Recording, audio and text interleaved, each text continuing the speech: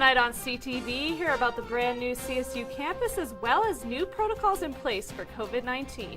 And how this weather this past week has caused many problems for the CSU community and how this alum was honored with an air show. All that and more on CTV starting now.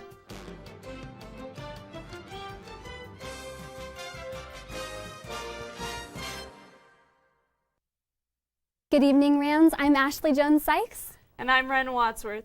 Thank you for tuning in to our first news show of 2022. Larimer County has reported 17 new COVID outbreaks as the Omicron variant continues to spread. Out of the 17 outbreaks, mostly nursing homes, assisted living facilities, home health care, and memory care centers were affected. Larimer County has 10 COVID-related deaths so far in January, but none have been connected with the most recent 17 outbreaks. The fourth semester of coronavirus at Colorado State University has brought a campus-wide protocol change. Students at CSU may have noticed fuller classes or basketball courts this semester. This is due to the university returning to 100% capacity in classrooms, student housing, and indoor events. Some COVID-19 requirements that remain are indoor mask mandates and saliva screenings at the start of the semester. The tests are still mandatory regardless of student and staff vaccination statuses. Last Tuesday, CSU's campus was covered head to toe in ice, making it nearly impossible to get to class safely. Temperatures were below freezing and students and staff were practically ice skating to get to where they needed to go. How do students feel about CSU closing the campus last week? Wednesday morning was a miserable start to the day for students. Many people reported injuries due to black ice being all over campus. Seemingly everyone has a story about slipping and falling last week. Students like Pablo Aguadillo and Javen Aragon experienced the weather firsthand. It was my first step towards, West Plum. I started sliding down the sidewalk. That was pretty eventful. Yeah, I fell right as I left Summit at the bus crosswalk. Then I fell again in front of the stadium, like over the nameplates. And I got to class after that, and I was all good. And then walking back, I fell like on the Ramshorn parking lot. Sidewalks, parking lots, and streets were almost completely inaccessible. Black ice can sneak up on someone even when they're being cautious. Since students had not expected the conditions outside, they were left underprepared. In an attempt to prevent students and employees from traveling to campus, CSU sent out an emergency notification at about noon, canceling upcoming and in-session classes, closing campus. Many students were relieved to travel home safely. I felt relief because I didn't feel like walking another 10 minutes to my other class and then another 20 minutes on this ice back into all the dorms.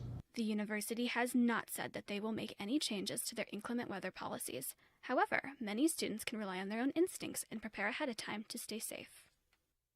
I know I was among many students that slipped on the ice, but winter is definitely here, and it's up to the university and students to prepare accordingly. Yeah, I was slipping and sliding on my way to campus Wednesday morning. Me too. Wednesday was crazy.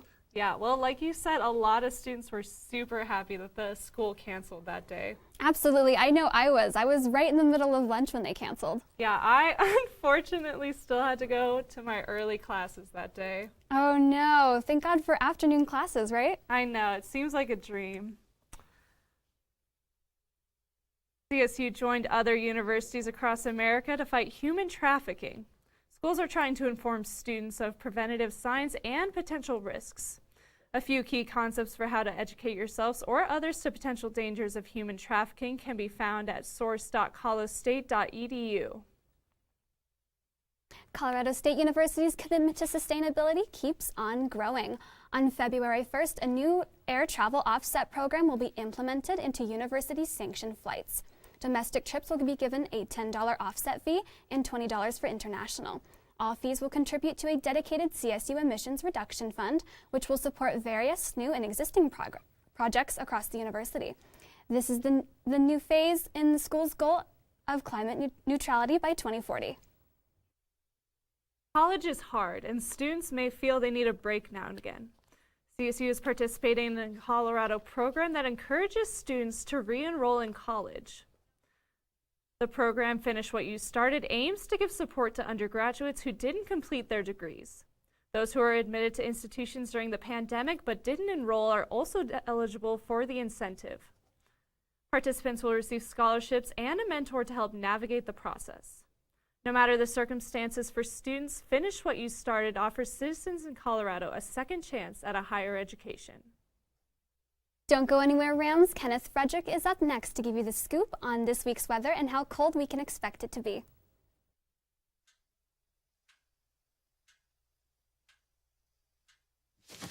Awkward.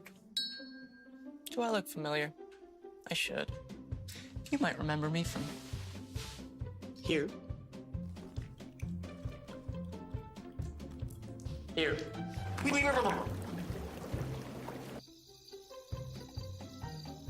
Or maybe even here. But an awkward silence can be a great thing. It can actually be a perfect moment to reach out to a friend and ask if they're okay if they seem down. Doesn't matter how you say it. You all right? Everything's okay? All G? You all right, girl? You cool? Bugging dog. Just show you're there for them. Go on, Kelly. Seize the awkward.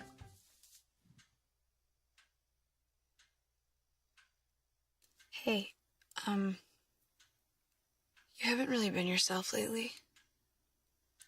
Are you okay?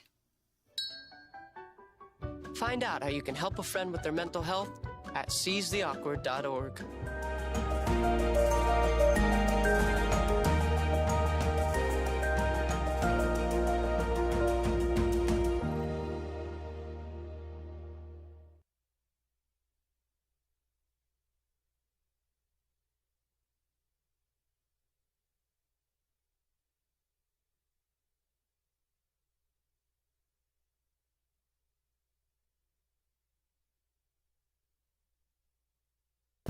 Forgive me there, Rams. I am Kenneth Frederick, and I am your weather anchor for tonight. We're going to be starting off tonight with our current conditions.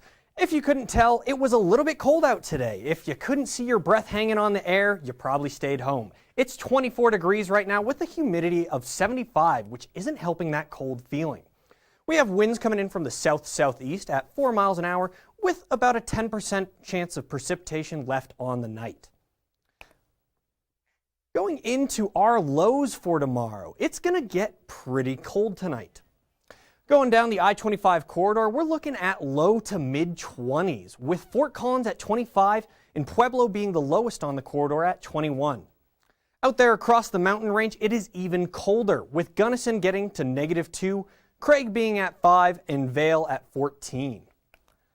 It will warm up a little bit more tomorrow, but not by a whole lot. As you can see, it's going to be about 20 degrees warmer just about all over the state, with Fort Collins at 36, Denver 41, and Colorado Springs at 42.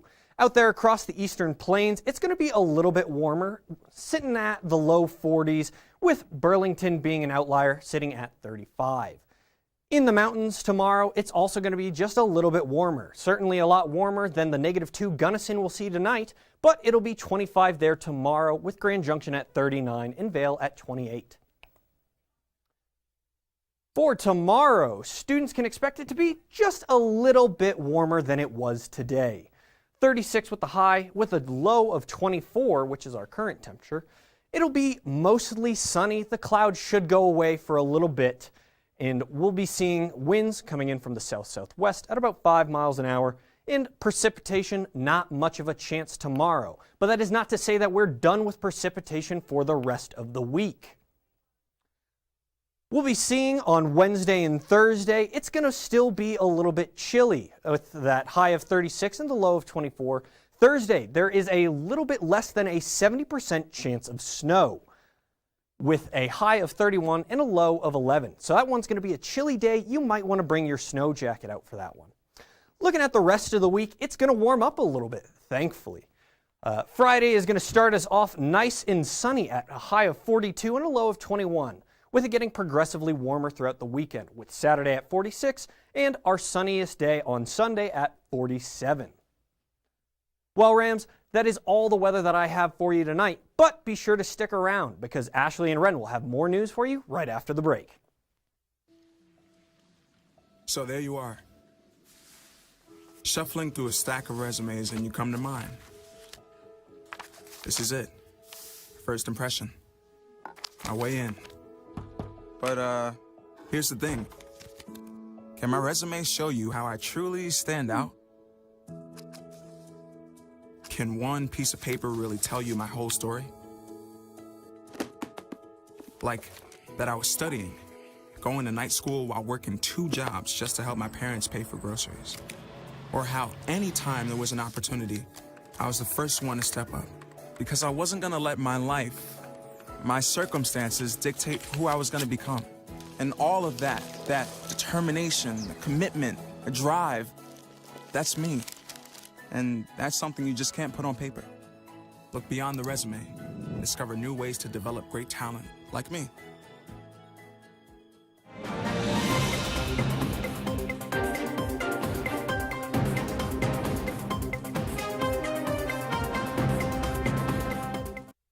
Welcome back to the break, Rams. This year welcomed a new Colorado State campus to Denver named Spur. CSU Spur is the first to offer a space for interactive and educational experiences to students and community members alike.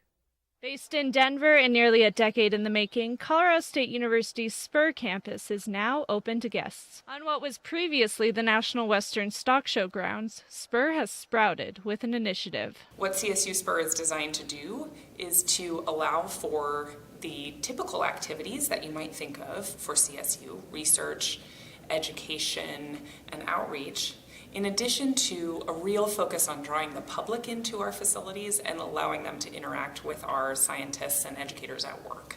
The first of the 3 buildings on campus, named Vita, is already open to the public and focuses on animal sciences. Inside, you can find interactive teaching displays and a 2-story design that allows visitors to watch surgeries and therapy sessions. We don't know of anywhere else that is really taking the approach of combining what universities do so well, research, education, innovation, collaboration, and inviting the public in this way to watch it all happen.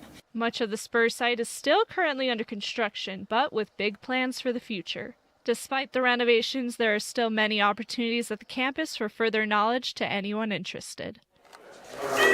If you have the chance as a young person to come here and see yourself in those careers and that they're possible for you, we think that's a great way to get more people engaged in solving really big global challenges in food, water, and health, and that's what we're all about here. The Vita property will be closing temporarily on Thursday, but will reopen in early February. Fort Collins City Council almost unanimously rejected the Sam's Club gas station plan. The Planning and Zoning Commission claimed the plan did not meet the city's land use code. The commission also mentioned how plans like these would typically go through if the land use was compatible with surrounding areas. The potential building site was not zoned for gas stations. Sam's Club has said that the Planning and Zoning Commission was unfair in their investigation. The Larimer County Dive Rescue Team is looking for some fresh new faces to add to their organization. No experience is necessary. According to their website, LCDRT is especially looking for volunteers interested in a non-operational role to support the team with fundraising. Most of the fundraising work is done from home. Additional opportunities are available to become an operational member. LCDRT has been doing rescue and recovery missions since 1972. They also hold monthly meetings on Mondays. If interested, they encourage you to meet at their upcoming meeting on the night of February 7th at 6, or email the team at info@lcdrt.org. Even though the dive rescue team is looking for volunteers, these brave participants helped raise the money over the weekend. This year's Polar Bear Run and Plunge at Horsetooth Reservoir saw over 400 Fort Collins locals showing their strength. The event included a 5K run around Horsetooth, followed by a plunge into ice-cold waters. All proceeds from the event were given to the team to help them expand. Even amidst cold and dark times, the community still shows up to show their support. This support is not only seen in the water, but the air as well. Reporter Madison Brummagem joins us live in the studio with more on how CSU honored the World War II pilot. Madison? Thanks, Ren. As many students know, CSU has some notable alumni, and this weekend the Fort Collins community was able to celebrate one man in particular. The World War II pilot Bert Chrisman's 80th anniversary of his death was this last Sunday. To honor Chrisman, the CSU community came together to show their appreciation and respect.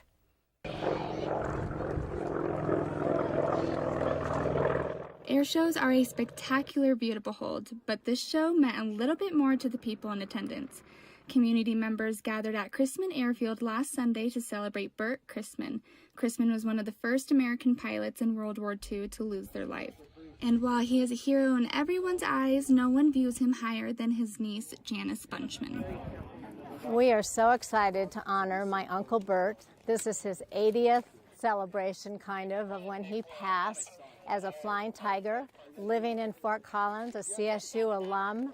And without John Newkirk, the pilot who is going to be flying one of the planes with Burt Chrisman's Flying Tigers logo on it, this would not have happened. A relative of Chrisman, John Newkirk, flew one of the planes in the show.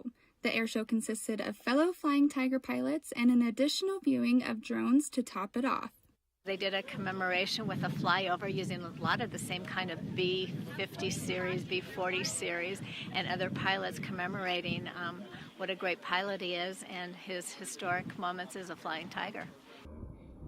The impact Chrisman had on the Fort Collins community continues to show today. Just to be able to be honored and have my uncle, after 80 years, to still be remembered in Fort Collins and as a hero to our country. It's amazing. Being able to attend this air show and see the community support was such an honor. The airfield was named after Chrisman in 1943, forever honoring a true hero. Back to you guys.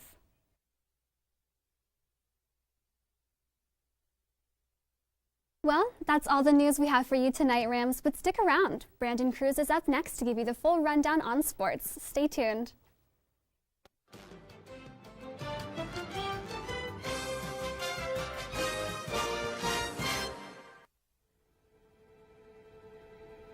I am what hunger looks like in America. I am an 8-year-old girl who's not excited for the last day of school. Because this may be the last time I'll have lunch. Till September. I am a single father of 2 who works 3 part-time jobs. And that's still not enough to put food on the table. I am a 16-year-old boy who just got my first job to help feed my little sisters. I was created by artificial intelligence from faces of the 1 in 8 Americans who struggle with hunger. People you pass by every day but never knew they were hungry.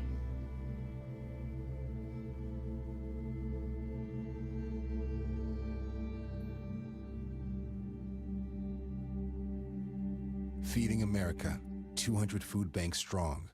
How's it going, Ram fans? Welcome back to the first Tuesday night sports show of the semester. I'm your host, Brandon Cruz. Well, even after the Monday night sports show, there's still a lot of CSU to catch you up on. Plus, the college football transfer portal is an absolute circus, but is it justified? Here are my thoughts on Tuesday night sports, which starts right now.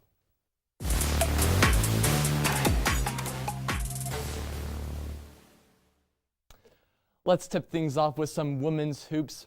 Now, CSU has had, let's just say, a few rough spots as of late, posting a mediocre 3-4 record since the start of conference play back in late December.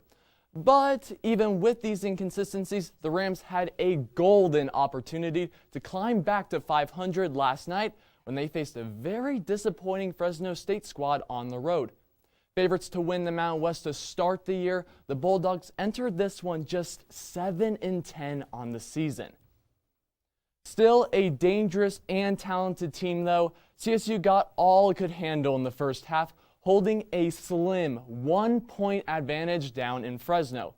But in typical Rams fashion, CSU turned it around in the remaining 20 minutes, outscoring the Bulldogs 29-19 in the third.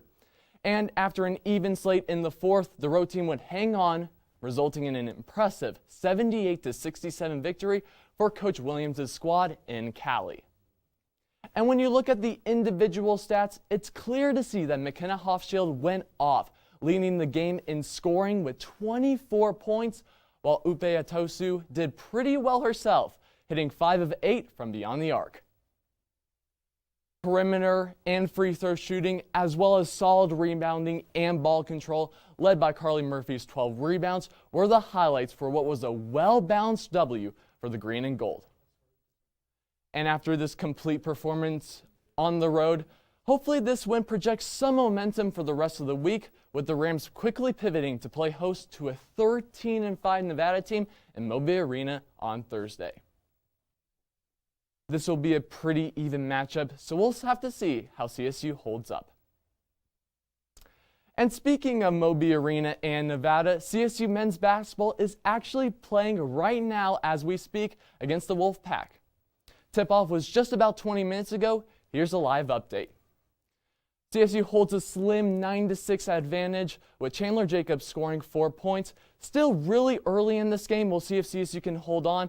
But in previous games, CSU has had a pretty tough time putting teams away. We'll see if this game is an outlier. And okay, finally moving past Rams basketball, let's take a larger look at what is happening throughout college football recruiting. With the season coming to an official close just over 2 weeks ago down in Indianapolis, head coaches all around the country are making trips to not only secure some talented high school recruits, but some potential transfers with prior college experience as well. And boy, there should be plenty of options for the latter, because during the 2021 to 2022 cycle, more than 800 FBS players have entered the transfer portal. What? That's like every student at Fort Collins High School deciding to get a fresh start. So with the portal that active, you might be wondering, why is this the case, and is it a bad thing? Let me give you my 2 cents. First off, I find the influx of players to come down to 2 reasons. One, the promise of immediate eligibility at a new school has certainly tempted athletes to set foot into the portal instead of sticking it out at where they initially signed to.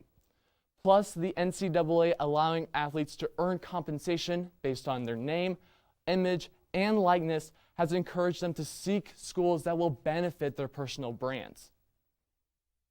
It's not just a question of playing time anymore, but monetary gain as well. So with this being said, is this increased freedom to move through CFB like a free agent of sorts a bad thing? Well, to me, I wouldn't say so. In my eyes, I'm all for player mobility and the freedom to choose where you play.